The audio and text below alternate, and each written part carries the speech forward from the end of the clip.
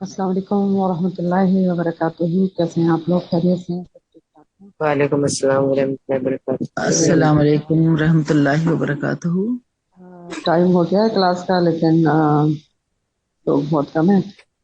اللہ تعالیٰ سب کو توفیق دے کہ وہ قرآن کلاس کو کم از کم ضرور ٹائم پہ جوائن کریں، اور اس میں 5-7 منٹ دیر کرنے سے فائدہ کوئی نہیں ہوتا۔ یہ میں آپ کو بتاتی ہوں اور بتاتی ہی رہوں گی ہمیشہ کہ بس یہ دل کے سودے ہیں، اور دل کی تڑپ ہے، اور دل کی طلب ہے کہ انسان کو کتنا انتظار ہوتا ہے قرآن کلاس کا، اور وہ کتنی جلدی اس کے لیے اٹینڈ کرتا ہے۔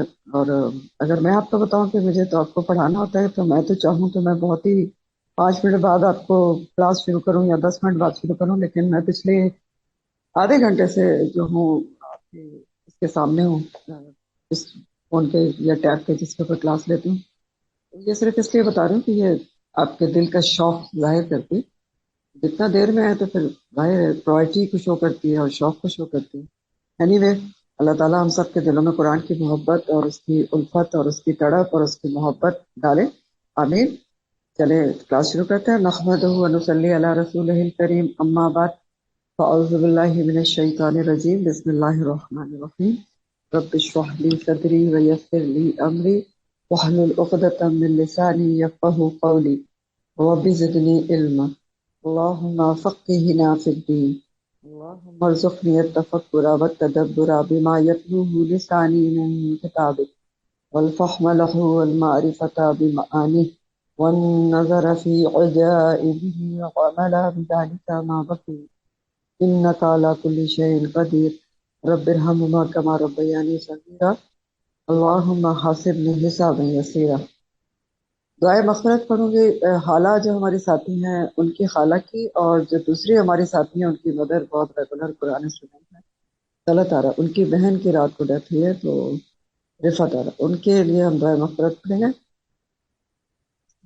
رحیم اللہم اغفر لہا وارحمہا وعافها وعنها واکرم نزلها ووسع مدخلها واغسلها بالماء والثلج والبرد ونقها من الخطايا كما نقيت الثوب الابيض من الدنس وابدلها دارا خيرا من دارها واهلا خيرا من اهلها وزوجا خيرا من زوجها وادخلها الجنة وادخلها الجنة وأدخلها الجنة وأعيذها من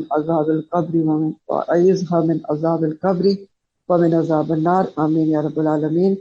اللہ تعالیٰ اور حالہ اور ان کے سب گھر والوں کو اللہ تعالیٰ صبر جمیل عطا فرمائے، اور جو بتا رہے ہیں ان کو بھی اللہ تعالیٰ صحت کاملہ عطا فرمائے، آمین۔ آج کی تفسیر آپ کی سورہ الاعراف آیت نمبر 52 سے ہے، الاعراف 52۔ وَلَقَدْ جِئْنَاهُمْ بِكِتَابٍ فَصَّلْنَاهُ عَلَىٰ عِلْمٍ هُدًى وَرَحْمَةً لِقَوْمٍ يُؤْمِنُونَ، اور البتہ تحقیق لائے ہم ان کے پاس ایک کتاب، فصلناہ کھول کھول کر بیان کر دیا ہم نے اس کو۔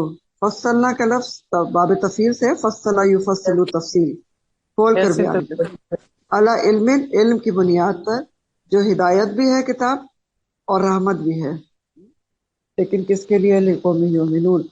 تو پیچھے آپ نے پڑھا تھا، اللہ تعالیٰ نے بتایا تھا کہ کچھ لوگ جو ہیں ملاقات کو بھولے ہوئے ہیں، اور جو ملاقات کو بھولے ہوئے ہیں تو اللہ تعالیٰ اس روز قیامت فرمائیں گے فَالْيَوْمَ نَنْسَاهُمْ كَمَا نَسُوا لِقَاءَ يَوْمِهِمْ هَٰذَا، تو اس روز قیامت ہم بھی ان کو بھول جائیں گے جس طرح آج وہ ہمیں بھولے ہوئے ہیں۔ تو اب یہاں پر اللہ تعالیٰ کی ملاقات کو کیسے یاد رکھا جا سکتا ہے، اس کا طریقہ بتایا جا رہا ہے کہ اللہ تعالیٰ کہہ رہے ہیں اپنی ملاقات یاد رکھنے کے لیے تو ہم بندوبست کر چکے ہیں۔ وَلَقَدْ جِئْنَاهُمْ بِكِتَابٍ، آپ کے پاس ایک زبردست کتاب آ چکی ہے جس کو کھول کھول کر بیان کر دیا گیا ہے۔ ہاں، فصلناہ، کھول کھول اچھا کر ذرا اچھے چپ طریقے کریں۔ سے بیان کر دیا گیا ہے جس کو، تو وہ اعلیٰ علم، اپنے علم کی بنیاد پر اللہ تعالیٰ نے جس کو کھول کے بیان کر دیا، یعنی ایک کتاب بھیج دی گئی ہے جس سے آپ اس کو پڑھیں گے تو وہ برحق ہے، دلائل پر مبنی ہے، اللہ کے کامل اور یقینی علم کے اوپر مبنی ہے، اور اللہ تعالیٰ نے اس کتاب میں اپنے کامل علم کے مطابق بتا دیا ہے کہ نیکوکاروں کا کیا انجام ہوگا اور بدکاروں کا کیا انجام ہوگا۔ تو بندوبست تو ہو گیا ہے کہ اللہ کی ملاقات کو یاد رکھا جائے اس زبردست کتاب کے ذریعے۔ تو یہ کتاب کیا ہے؟ اللہ تعالیٰ نے اس کی پہلی خوبی بتائی ہے کہ فصلناہ علی علم، ہم نے اس کو کھول کھول کر بیان کیا اپنے علم کی بنیاد پر. یعنی کتاب میں جو کچھ بھی ہے حق اور سچ کس لیے ہے؟ کیونکہ اللہ کے علم کے اوپر مبنی ہے.